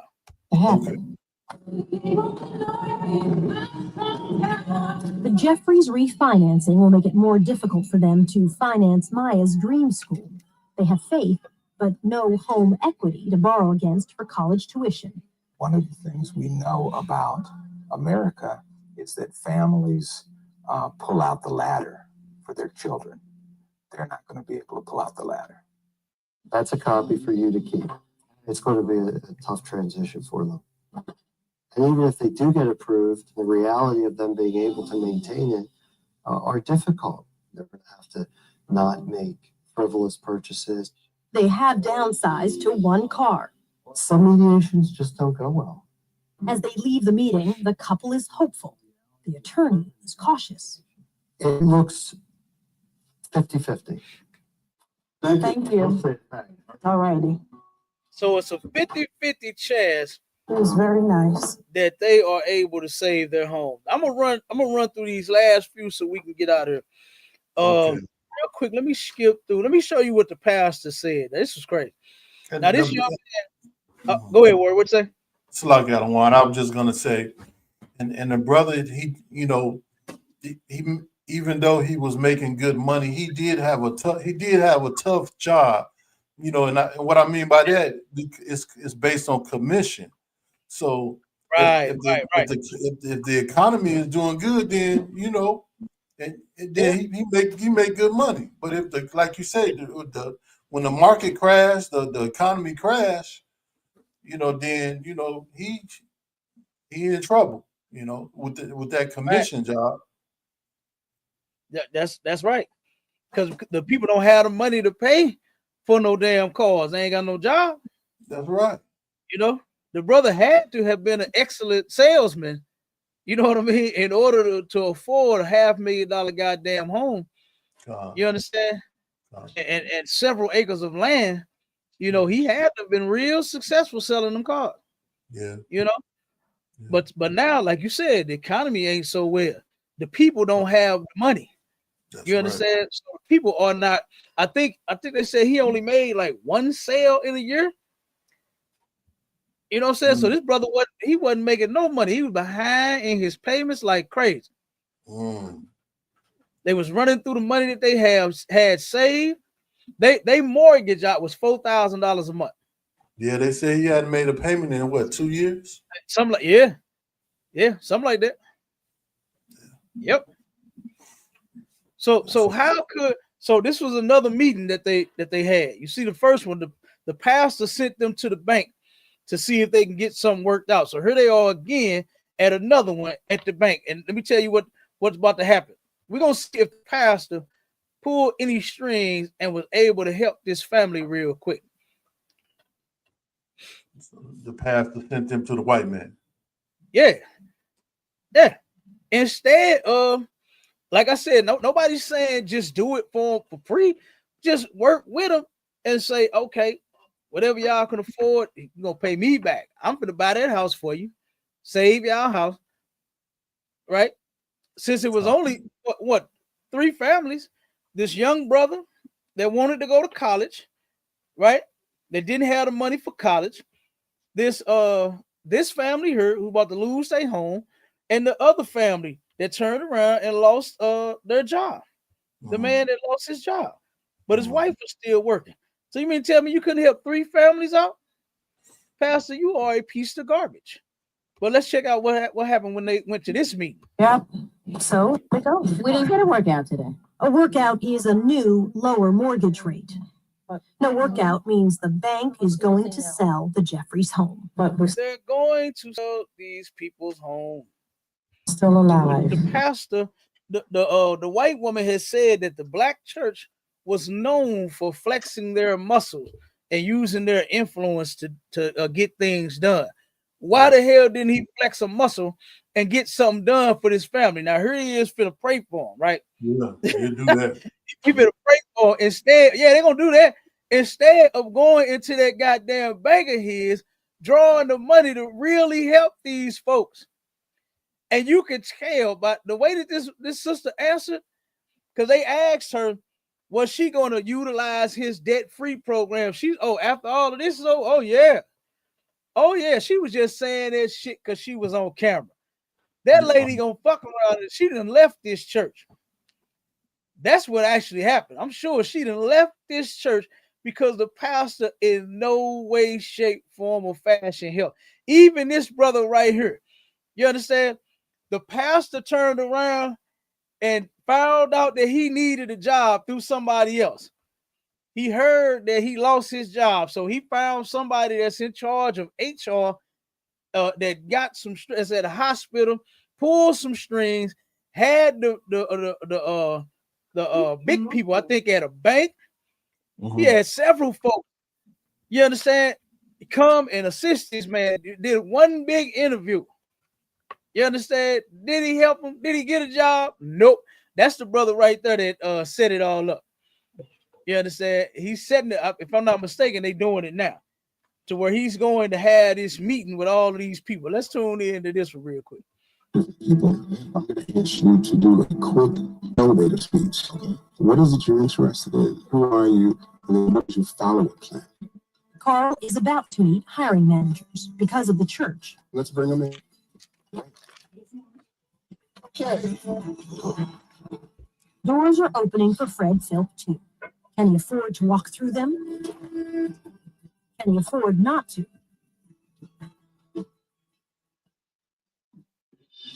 Don't accept the status quo. Don't accept the social stigma. Don't accept the position of society. Rise up and be who God called you to be. Mr. Fred. How you doing? How you doing?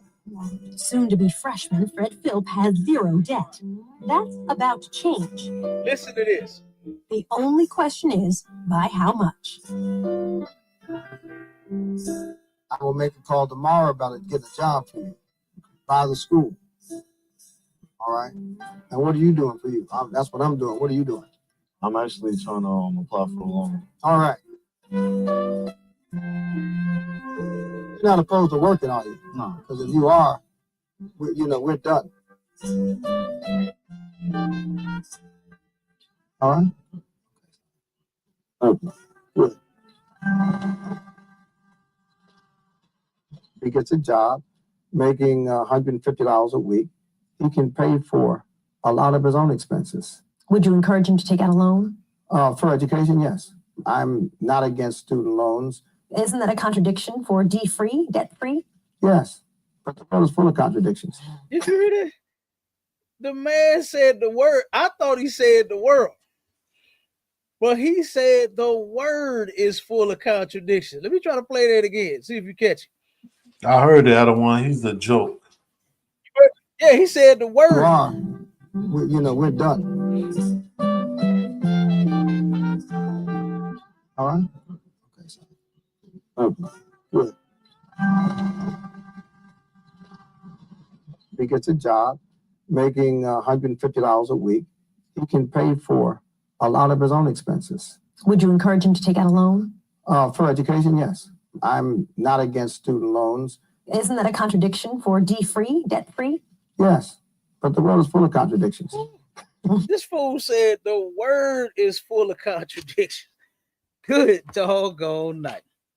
So let me tell you something. We passed the time, and I was trying to be on time with it, but y'all get the point.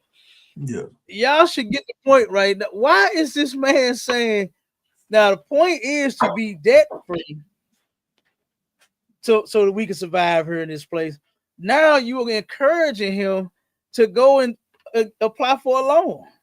You're encouraging him to get in debt. And the white woman, and guess what? He felt comfortable talking to the devil. You understand? Because he think he's one with the devil. That's why he made that statement. That nigga had full demons right there at that point and said the word is full of contradictions. So yes, it's okay to contradict yourself. You understand? And that was his excuse behind it. The white man and woman is the goddamn devil. And this brother, that's who his God is. The white woman that he chuckled up and laughed it off with. You understand? So did he help this family save their house? The answer is no. Did he help this young man get in college? The answer is no. Did he help that brother get a job? The answer is no. Them just 3 families that this pastor could not go all out and just help them. It's just 3 of them. And one more thing, I don't want to. Go ahead, Warren. Go ahead. And do he understand the Bible? The answer is no, because the word, there is no contradictions in the Bible. I yield. None whatsoever. I'm gonna play this last part to where he blames black people. That's what they do. They put it off on black people, make them feel bad and horrible for liking nice things and money and cars and clothes and buying shit. You know what I'm saying? That everybody want nice things. Everybody want fancy houses and cars. Everybody want whatever the hell they want. But here he gonna make black folks feel bad about it. Watch this. Listen to what he said. But they have to approach it as starting from scratch. So he talking about the family now, the ones that's gonna have to start all over with losing their home and starting somewhere else with something that they could afford, instead of the pastor helping them. Oh yeah. So this where she asked her, is she gonna take advantage of that program? Let you hear her, and you can tell that's bogus. She don't mean this at all. Here to start over, but they have to agree to do it. They have to know that they're starting at ground zero. They're not building on something that's pre-existing, but they have to approach it as starting from scratch. If they do that, they'll be very successful. People are drowning in debt. The Jeffries haven't started attending Pastor's D-free classes. Will you go to Reverend Sori's debt classes? Oh yeah. This is over? Oh yes. Yeah. I should have been going before. Are your D-free classes packed? No, my D-free classes are not packed. When I look at the rate of growth and the rate of participation, I'm very unhappy. How many families here or individuals have been blessed in some way by the D Free Ministry? Let me see your hand. Stand up. Let me see. Just stand. I want to know if you've been blessed. Look at this. He's now trying to take the program to churches nationwide. On this, I'm not really seeking consensus of popularity. I know I'm right. I told them, you get tired of hearing this? See, we're Baptists, so we don't have a bishop. Have a church meeting, get 50% plus one of the members to vote me out, I will leave. It means that much to you. It means that much to me. It is not optional. We are mismanaging the resources that we have. How can you argue for more if you don't use responsibly what you have? Do you see that? And that statement that he just made goes back to the debt being worse than racism statement. He's saying, how can you go argue with white people about that acre and that mule that they supposed to give you and for more when you mismanaging what you have? The $2 that you have, you're mismanaging the $2 because you're trying to buy a car when you can't afford it. You're trying to buy rims and a flat screen, and you're trying to buy these things and you're mismanaging it. So how can you go to white people and ask them for more when you mismanaging what you already have? This pastor is a complete piece of garbage. You understand? A complete piece of garbage. The white man promised every damn black person an acre and a mule. That's right. And the descendants of those slaves that did not receive the acre and the mule is supposed to get it right now to this day. But they keep making up excuses why they're not going to do it. Oh, the economy would fall if we give black people what we owe them. Well, that's your fucking fault. You shouldn't have stole what you stole from them, and this wouldn't be a problem. You understand? This wouldn't be a problem. So that was very white of that pastor to say what he said.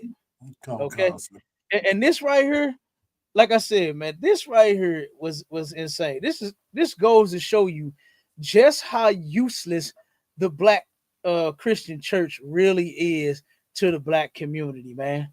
It's completely useless. This pastor had the resources. He got the money, to help those families. And like I said, ain't nobody telling you to just do nothing for free. Oh, he just wanted to save their house. I'm gonna pay the remaining balance on it, and y'all just live in it. It's just yours. Nobody's telling you have to do them like that. They weren't asking for that. They were just asking for a lower payment, something that they can work with. And the pastor couldn't even buy their house so that they could save their crib, and then he could make them payments. Pastor wasn't even willing to do that, to take that $4,000 a month down to $2,000. You give me the $2,000 back till it's all paid off, and that's it. Right. The brother's college tuition was about $20,000 or a little more. I think it was between $20,000 and $30,000. Right. The pastor didn't even say, you know what? Let me go on and pay that for you, young man. And then since you could pay for most of your expenses, you can pay me back. You pay the church back. You see what I'm saying? For your college tuition. He ain't do that. He go tell him, look, I'm calling some people about a job for you tomorrow. What you doing? Applying for loans. Good. Go ahead. And he never got a job. Pastor never came through with a job. That other brother that sat in that meeting with those people, right? Those people was HRs from hospitals and banks and all kinds of stuff. And this man got no job.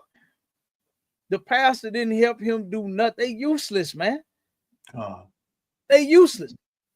Don't pick up no phone and make no call and set up no fake ass meeting. Fork over some money. That's what he should have did. Fork over some goddamn money. He turned around and told the white woman, she asked him, did you make a call for the brother that wanted to go to college? Oh yeah, I did. I made a call. Yeah, I made that happen. Man, get the hell out of here. So You ain't make nothing happen. Go ahead. If I could, if he would be more, and he talking about members in his congregation mismanaging the money. Well, from what we saw, that was a pretty large congregation, so we can only imagine, the type of money that's coming in. So if they would be more resourceful, you know, using that money to loan to they members that have ideas about businesses. And so when other brothers lose they other people that's in the congregation or in the community, they lose their job, you can say, well, go down here and tell such and such I sent you. You know, he got an opening, you know, tell him I sent you. You know, so you just saved the household, you know, because that person got unemployed and you made sure that he's back employed, that he's back working. Somebody fall behind on their rent or their mortgage, about to go into foreclosure.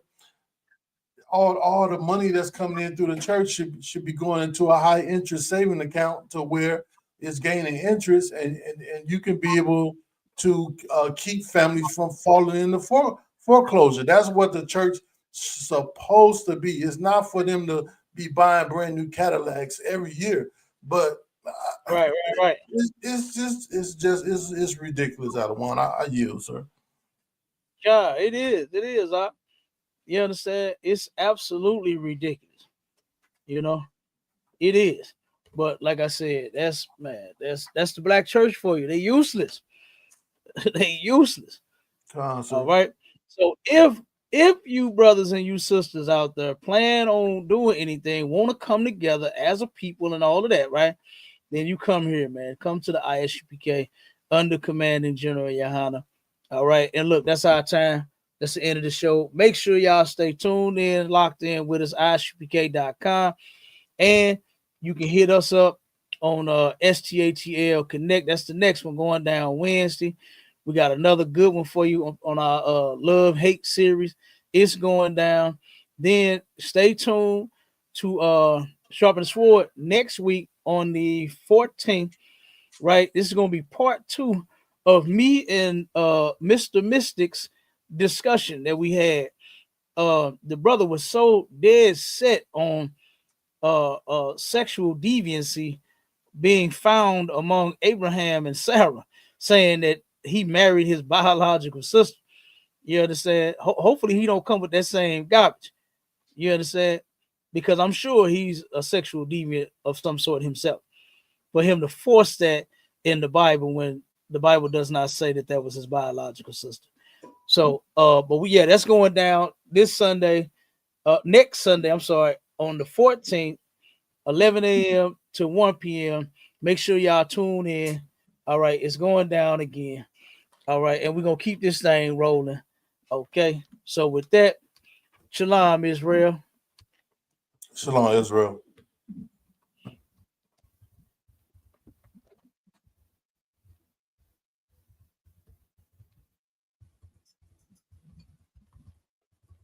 One, we off? No, not yet. Okay. I'm about to click it out right here.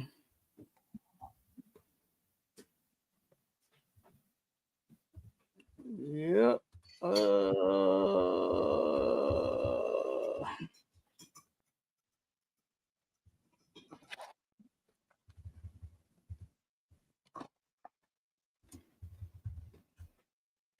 All right. One. Okay, hold on 1 second. Let me turn everything off. I gotta click all these lives off. 1 minute. Boom, boom, yep, bam. And we are boom.